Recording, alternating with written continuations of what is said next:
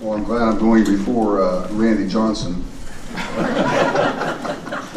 His talk, his homily this morning, directed during the offertory, reminded me of some of the alums I ran into. I was Dean of Engineering for a number of years at UK, and I spent a lot of time out on the road working with people, and many of them were fearful of what life held in store. They didn't know how long they were going to live. They had a spouse who might have been incapacitated for some reason. They didn't know how the stock market was going to behave, and so they were fearful, and they were not into even planned giving. But I will say that life does have its uncertainties, but planned giving is certainly a way to circumvent many of that. So Francis and I have included the church in our wills, and we've done so for a number of reasons. One is we'd like to leave a legacy.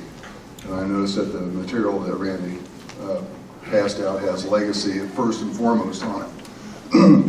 Want to leave a legacy to an organization that's part of the Church United worldwide, that is the oldest continuous structure in social structure in Western civilization.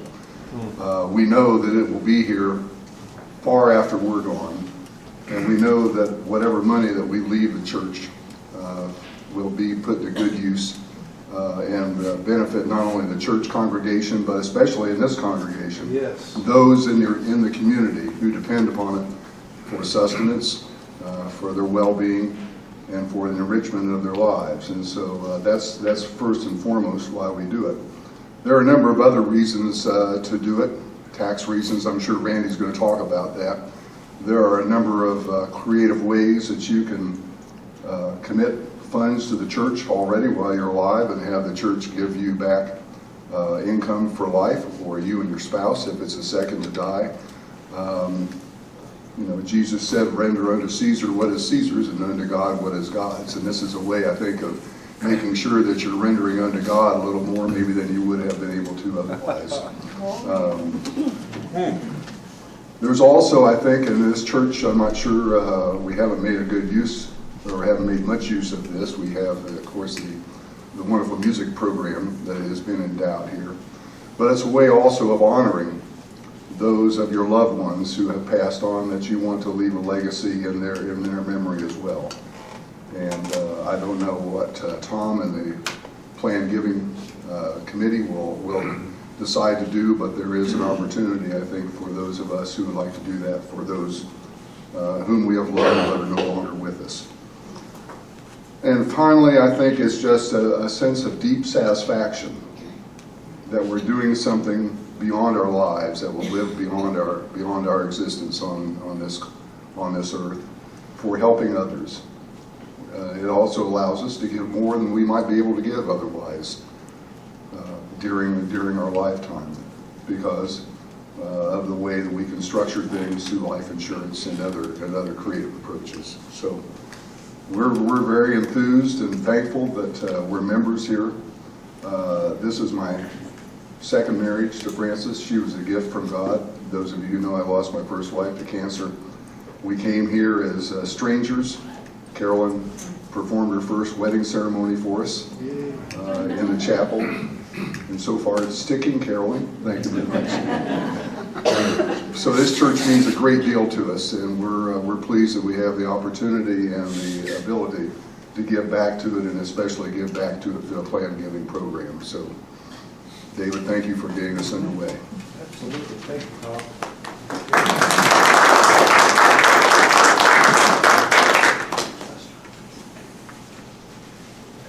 The old gray mare, she ain't what she used to be. We'll take some time up here.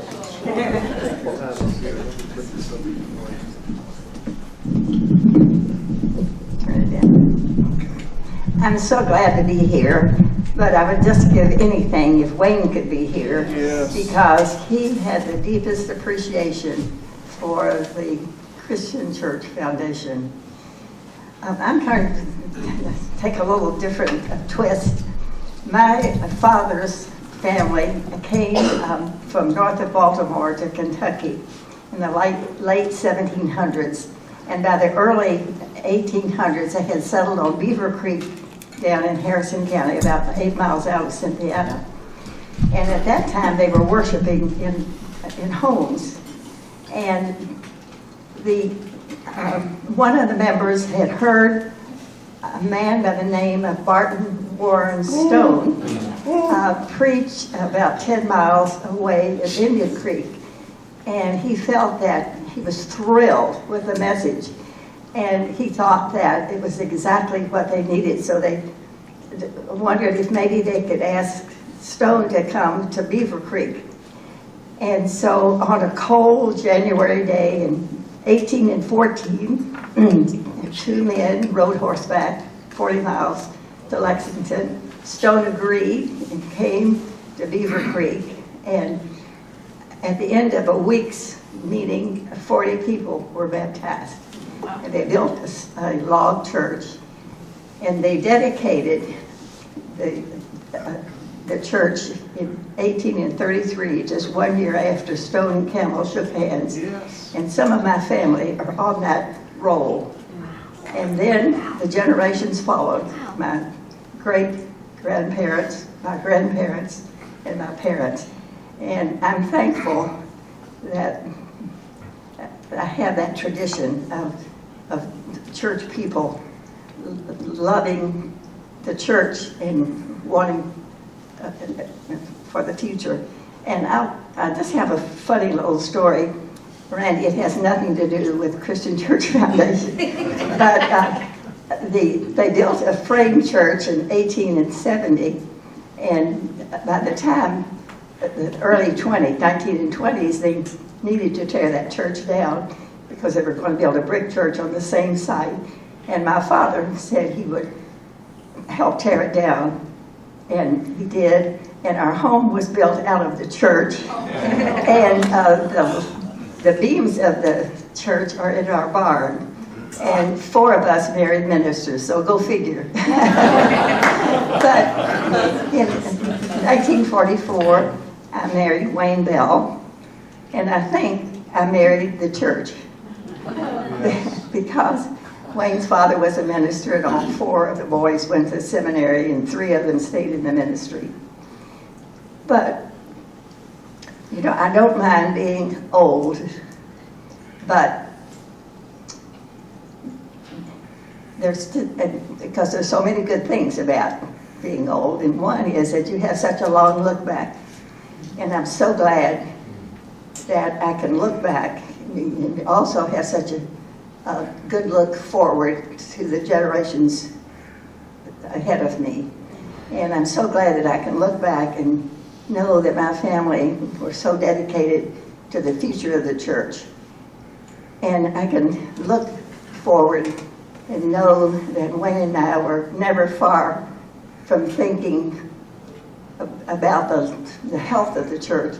And then we were able to give a gift to the church through Christian Care Foundation. And so it brings me great joy as I approach the end of life to know that our family has been a part of the health of the church and the future of the church all ever since Barton Warren Stone.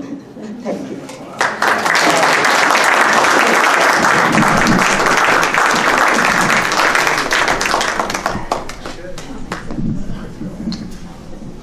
I just want to thank Clay Haney, who's one of our new Stephen ministers, for coming and recording this, because I wanted to have Tom's words and Virginia's words recorded, and now you can see why. I just think that is an incredible story. Randy, come on up here, my brother. So glad to have you with us.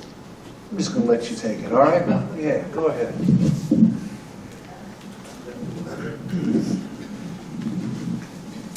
Tom and Virginia, thank you so much for sharing a part of your passion.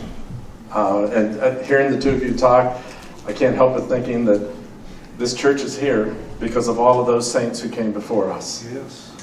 And this church will be vibrant into the future because of all the saints Amen. who are here, who are adding your gifts to theirs. So For those of you who have also already become Legacy Society members of Central Christian Church, thank you for putting your gift plans in place. Thank you for allowing your names to be listed. And for those of you who are here to consider that, thank you for being open to the possibility.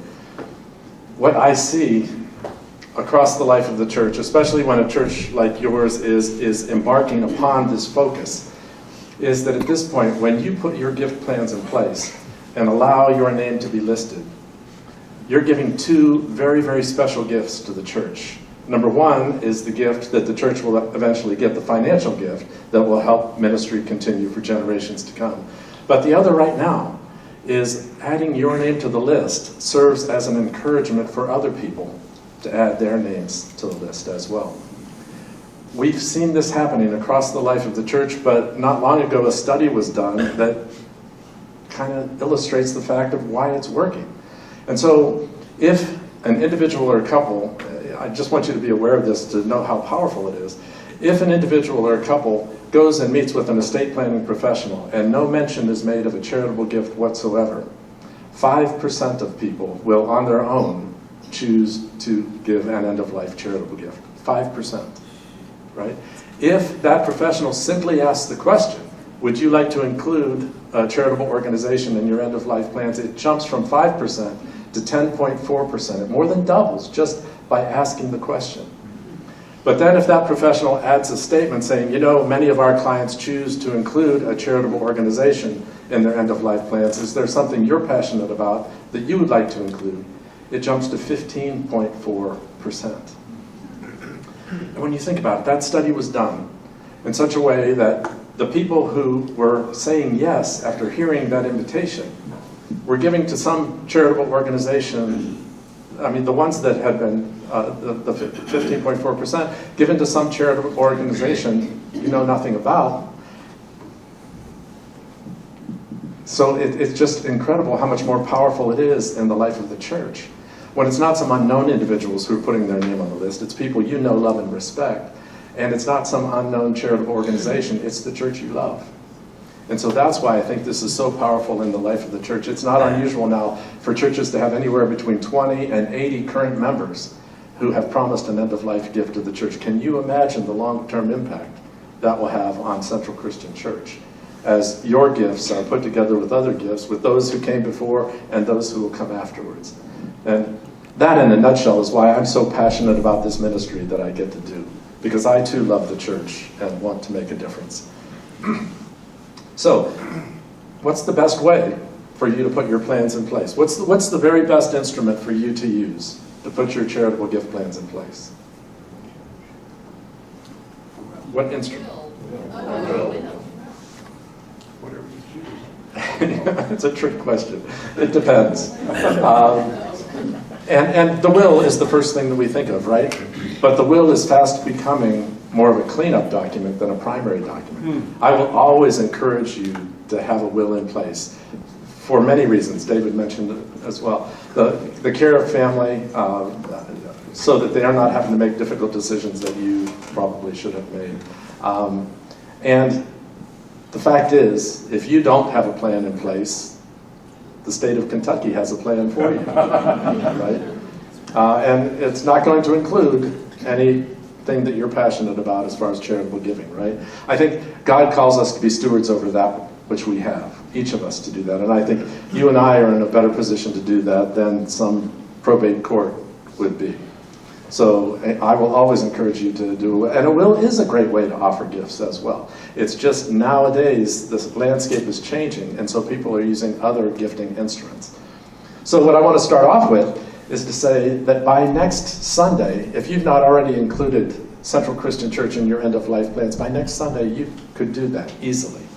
And there are two specific ways. Number one is life insurance. If you already have a life insurance policy in place, like for Sandy and I, years and years and years ago when our children were very young, established life insurance and have kept that up through the years. But our primary purpose for that was if something happened to either one or both of us, that our children would be cared for, right?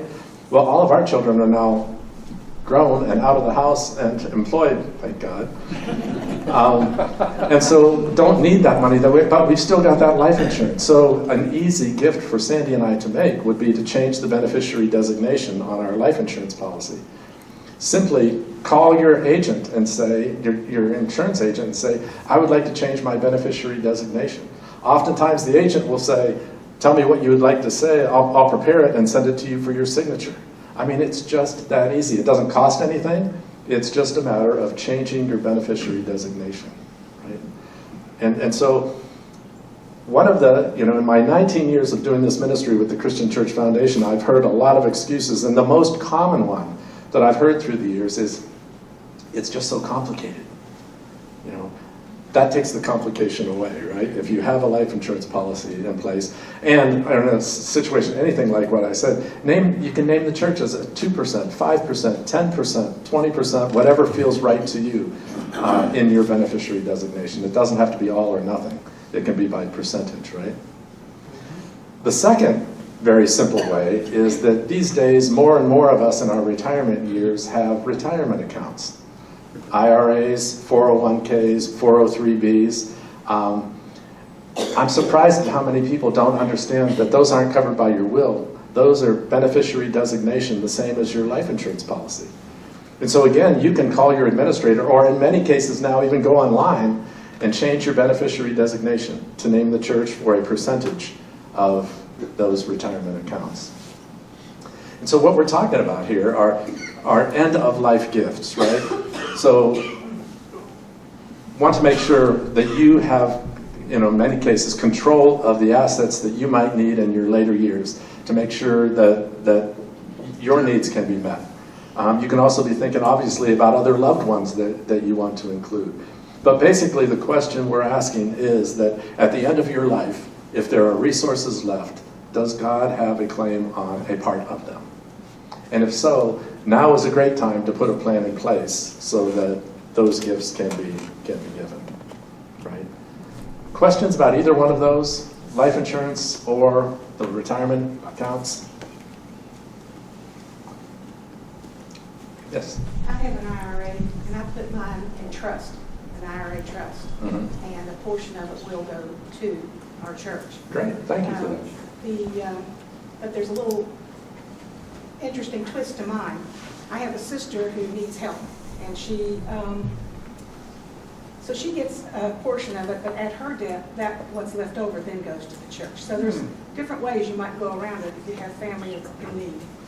Thank you for saying that. Yes, there are many different ways, and so when I have an opportunity to work with donors, a good illustration was 2 weeks ago, a gentleman from North Carolina, a retired pastor, came to Indianapolis for the funeral of a dear friend. Well, while he was there, he stopped by our offices and came in, and he came in and he told me, I've heard about the charitable trust. I think I want to do a charitable trust. And we started talking, and it became apparent that that's probably not the best thing for him. He says, well, I've heard of this particular instrument, and then I've heard of that. And I said, can we start somewhere else in this conversation? First, what is it that you hope to accomplish? So what are your goals, and what are your fears? And when you start with those questions, then you can identify the instruments that will work best. And in your case, the care of a loved one had to be a top priority, and so you were able to identify a plan. That's awesome. That's awesome. Other questions on those two simple ways? Now, again, I'm talking about end-of-life gifts, right? And later on, if you want to, I can talk about some of those tax-advantaged ways that you can give during lifetime as well. But right now, we're talking about end-of-life gifts. So the next one that I would suggest is a will. And it can be intimidating because there are a lot of decisions that you need to make. But break it down into pieces. Before you leave today, if you don't have a will, and over 70% of people die without a properly executed will. So chances are there are people in the room who don't. If you don't have a will, or if it's been more than 5 years that you have taken yours out and read it, write down a date on that booklet that's by which time, if you don't have a will, that you will call and make an appointment with an attorney. And make the appointment a month or two out.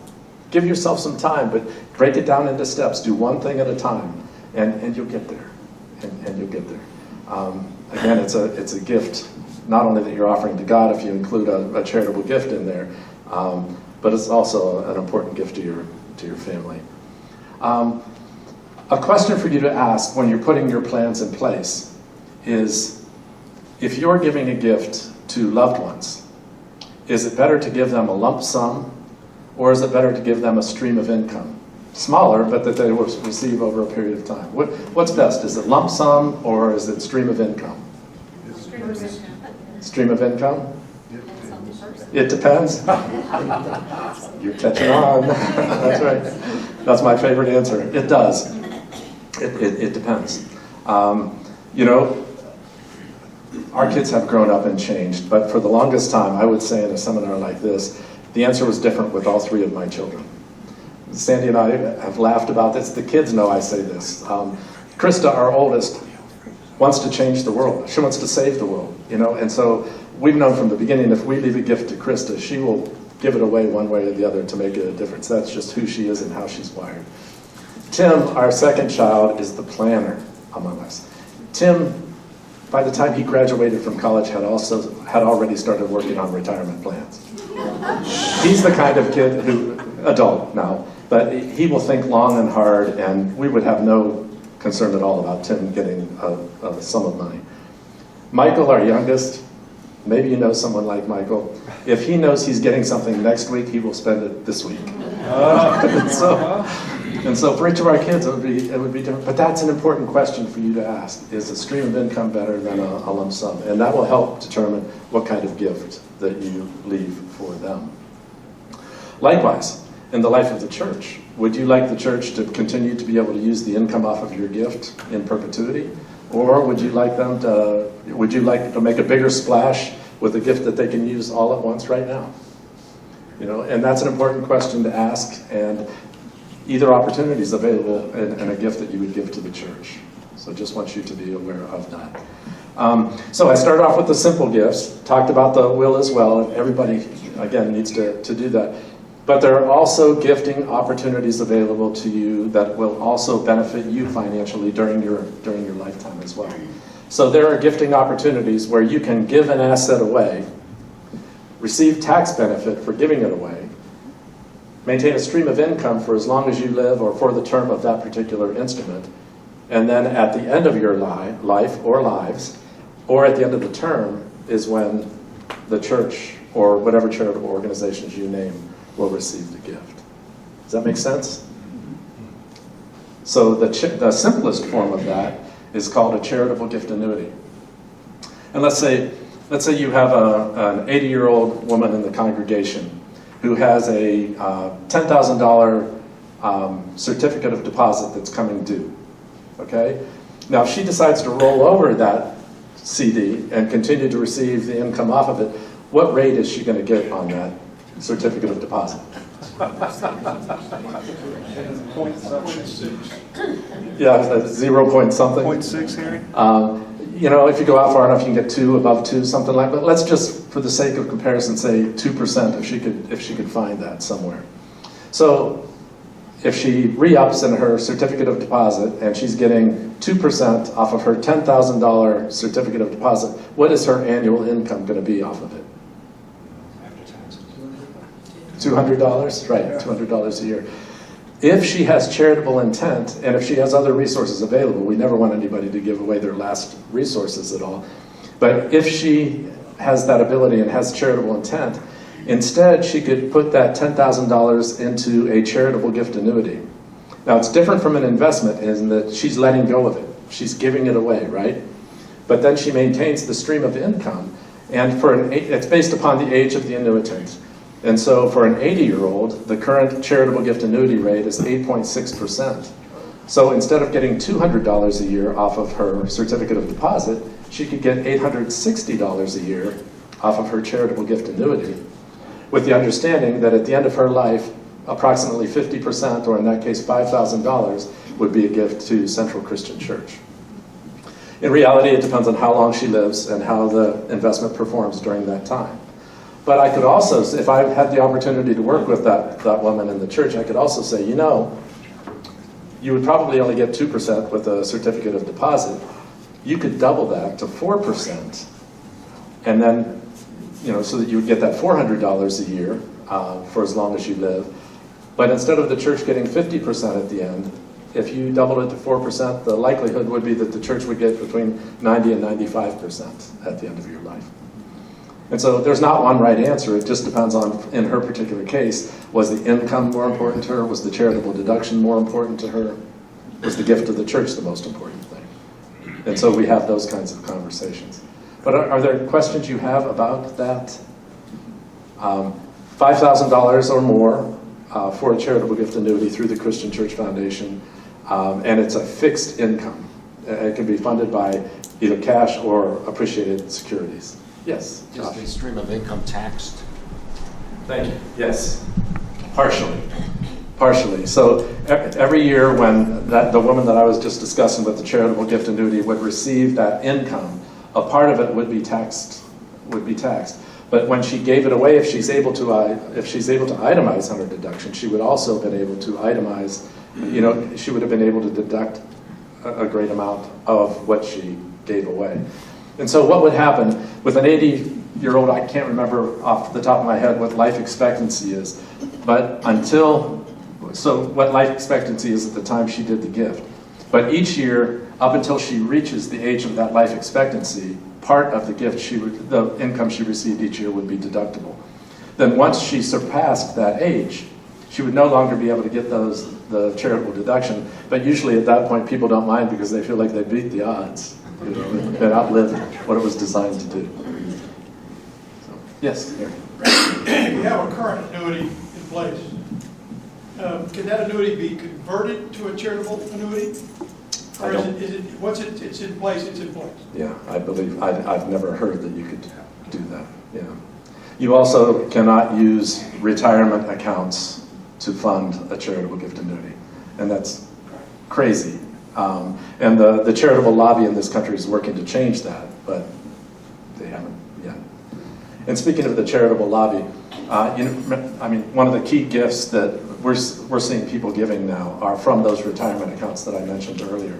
Please make sure, if you were doing that through Fidelity or through Franklin Templeton, or you name the organization that has your retirement accounts, make sure that the executor of your estate, even though the retirement account gifts won't be considered a part of that, make sure that they know, or that the charitable organization that's going to be receiving the gift knows that that's in place. Somebody has to have that documented, because those companies are not legally required to disperse that money even after they find out that the person has died. And the reason I'm saying that, because the charitable lobby in the country of which we're a part is trying very hard to change that. That's ludicrous that they don't have to distribute the money. So it has to be, and some companies do, but in others, they wait until it's requested, and then they'll distribute it according to the plan. There are also charitable trusts that can be done, much like the charitable gift annuity I just described. With a charitable trust, a charitable gift annuity, it was $5,000 or more. With a charitable trust, it's now $250,000 or more. So it's not right for everybody, but for some, it's a very good gift instrument. So you gift it away, and with a charitable trust, it can not only be funded by cash and securities, but can also be funded by property and other possible, sometimes business interest can fund that. But again, you gift it away, you receive tax benefit when you give it away, you maintain a stream of income. And with the charitable trust, that could also continue to next generation. So you could receive that income during your lifetime, and then it can continue on to your children. Again, stream of income, not lump sum, but be an annual reminder of your love for them. And then at the end of that term is when the congregation in this case would get the gift. One other thing that is becoming very, very popular is a testamentary charitable remainder unit trust. We call it a CRUT. It's easier to say than charitable remainder unit trust, right? I just need to say to you, this is the plan that Sandy and I have in place. So if our children, and it's going to be funded by retirement accounts that Sandy and I have, Lord willing, there's some left at the end of our lives. If our children would receive the lump sum from our retirement accounts at the time of the death of the second of us to die, it will very likely cause their tax bracket to rise up, and a huge amount of it will be eaten up by tax dollars, right? So Sandy and I really like the stream of income gift for our children. So at the end of our lives, those assets that are in our retirement accounts, instead of going to our children, are going to go into a charitable trust. Sandy and I have already put the trust in place. It's been legally documented and all that, but it doesn't actually become a legal trust until it's also funded. So anytime between now and then, if we choose to change the terms of that, we can, but we have a plan in place. And so the way we put it in place is, at the end of our lives, the trust will be funded. Our children will receive a stream of income for 15 years. We chose 15 years. It could be anywhere up to 20, but not more than 20. And then at the end of that time, it goes into our permanent fund at the Christian Church Foundation, which will pay out to our church and 3 other charitable organizations that are important to us in perpetuity. And so the reason that's so important, and I learned this from donors I work with, a lot of donors are doing this. So we maintain control of it in our retirement years in case we need it, right? Our children get the benefit of it for 15 years, and that feels really good to us, an annual reminder of mom and dad's love for them.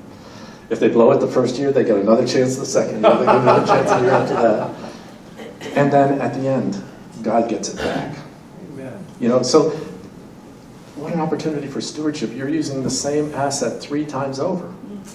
And that feels really good to us. And that's why I think so many donors are putting a plan like that in place.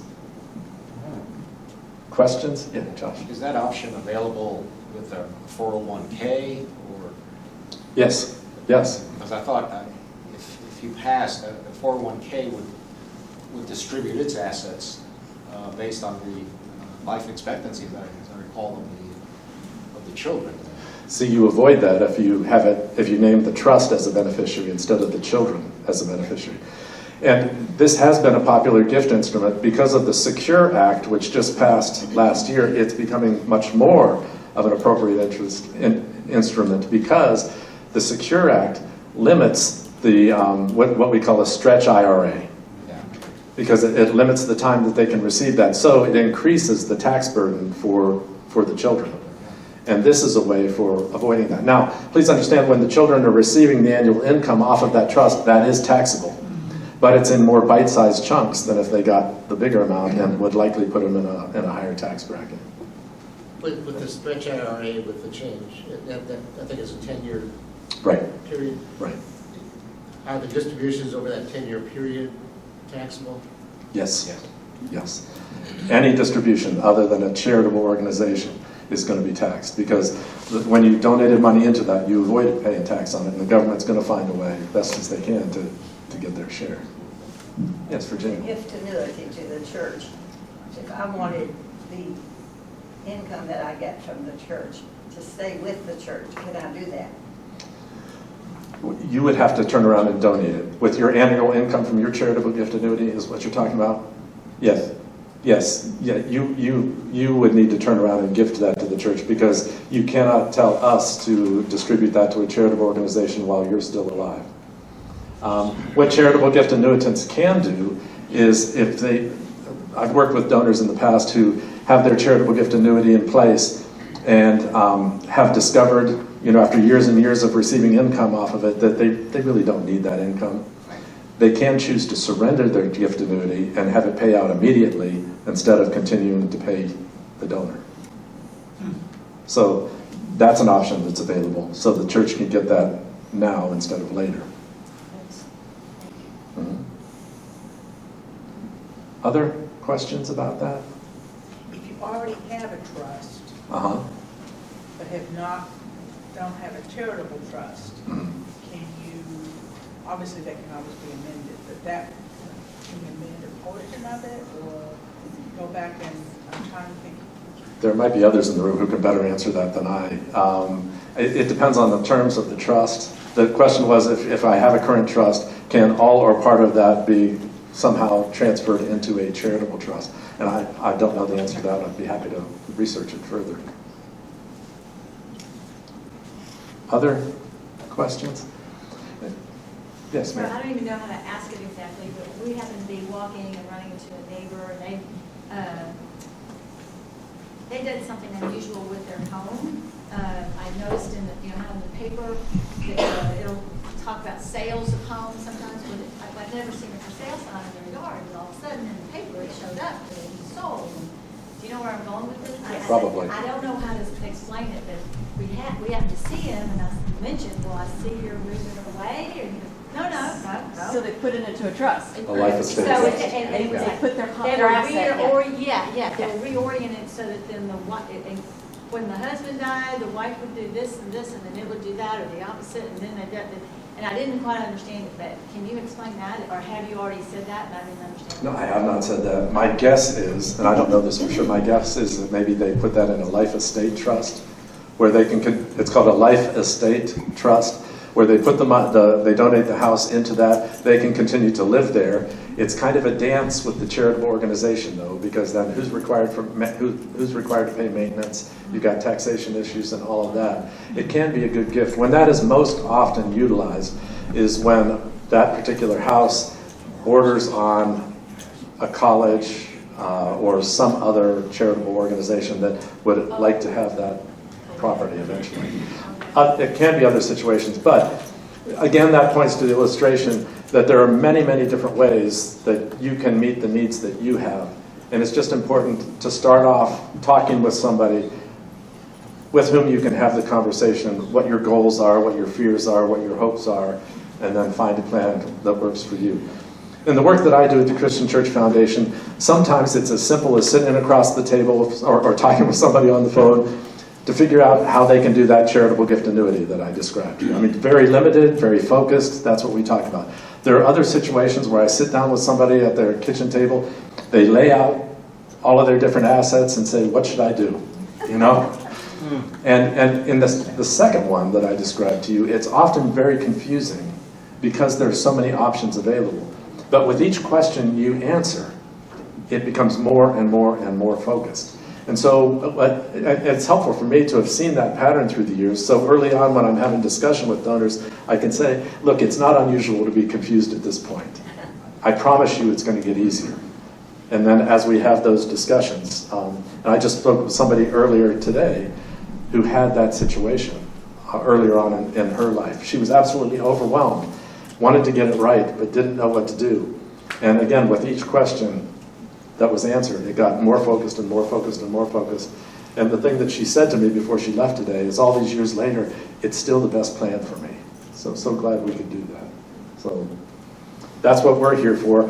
You have a resource on your table, Creating Your Charitable Legacy. It gives examples in there. It tells stories. On the back page, it gives a bunch of different scenarios, about what your priorities are and all. But also contained in that booklet is my business card. I'm really not in sales. That's not why I'm here today. But I want you to know that's part of what our ministry is about. So that if I can be of help to you, please don't hesitate to contact me. Have, again, very general discussion or a very specific question that you have. Any conversation you and I have is completely confidential unless you choose to share it. And it's at no cost. This is the ministry that we do. Helping disciples make a difference forever, following your passions. Are there other questions that you have? Yes. You mentioned an arrangement where you set up a trust and at the point where you die, then investments could go into that trust and activate it, basically. Does that also have the $250,000 threshold? For the end of life one? Yeah. We don't require a guarantee because none of us know, but the intent would be that it would be that amount or more. But if it doesn't end up being that amount, nothing. You're gone at that point, and we're still there. So. Yeah. Does that assume all the assets are coming from a single place? Or? No. It could be a combination of assets. So part of it could come from retirement. Part of it could come from the sale of the house, from investments, any number of things. Thank you. Is our denomination well endowed? Parts of it are. Parts of it are. Yeah, the question is our denomination well endowed? And we're working on that, continuing to encourage people to do that. I was just working with a donor recently, who just is so passionate about the church, is concerned about the church, and so their charitable portion of their estate is all going to go to support the Disciples Mission Fund. That's following their passion. So happy to help them put a plan like that in place. So there are very few endowments for the church in general like that. There are a whole lot of endowments for various parts of the church as people, again, follow their passion. Yes. Some people might be interested in the qualified charitable distribution from Iowa and how that can be a benefit to them. Yeah, thank you for asking the question. So there are some gifts that can be given during lifetime that give you the financial benefit, ways that you can save on taxes. So if you are 70 and a half or older, you can begin,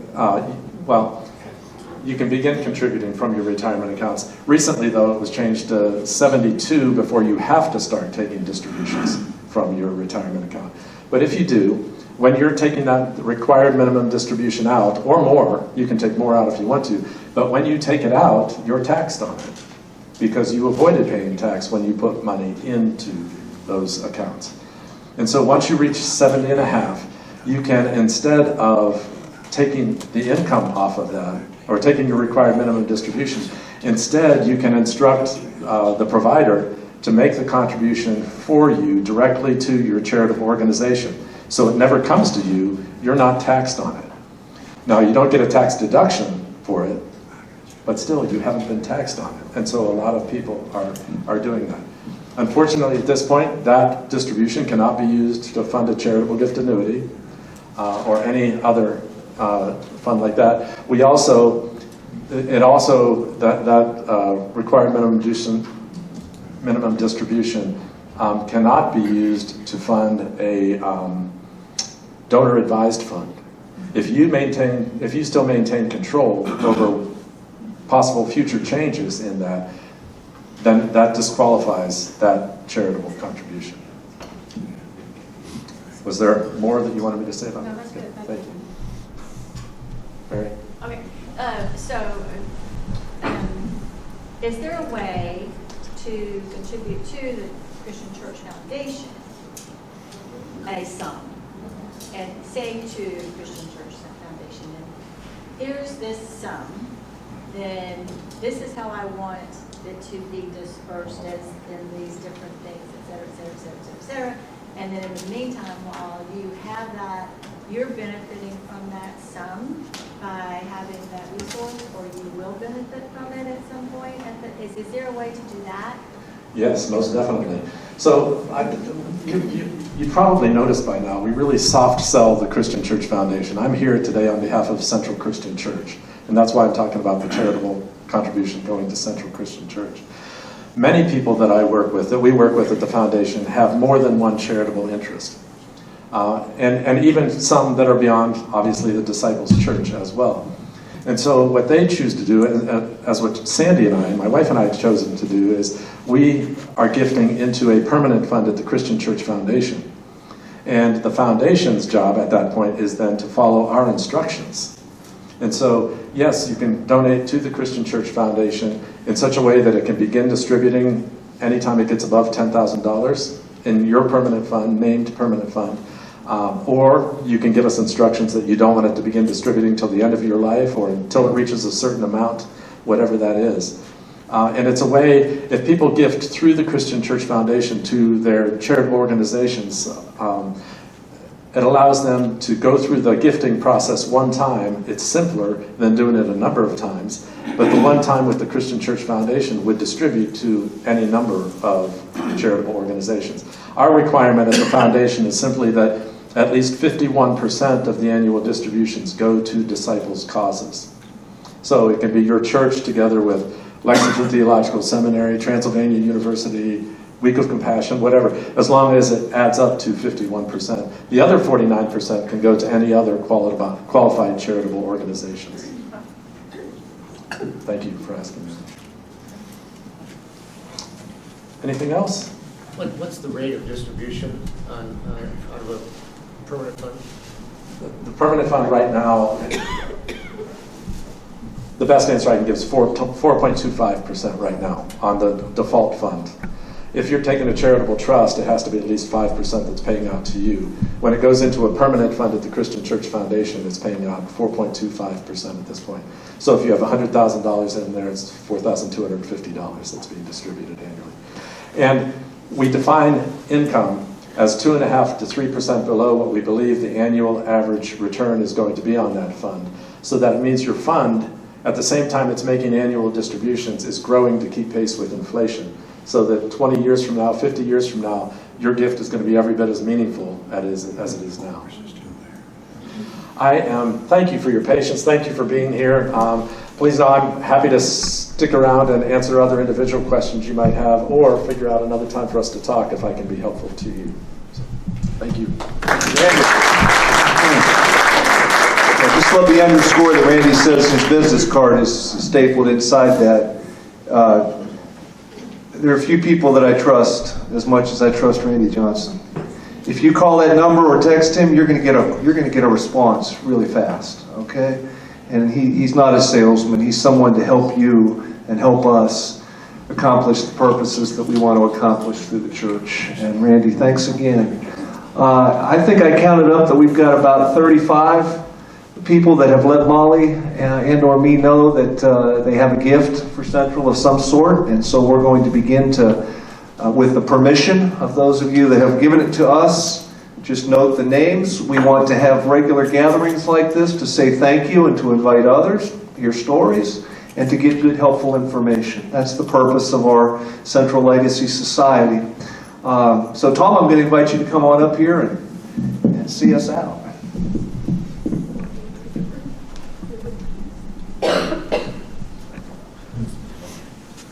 I just want to say on behalf of the committee, Lindsay, Bill, and Bob, thank you for being here, and we appreciate your participation.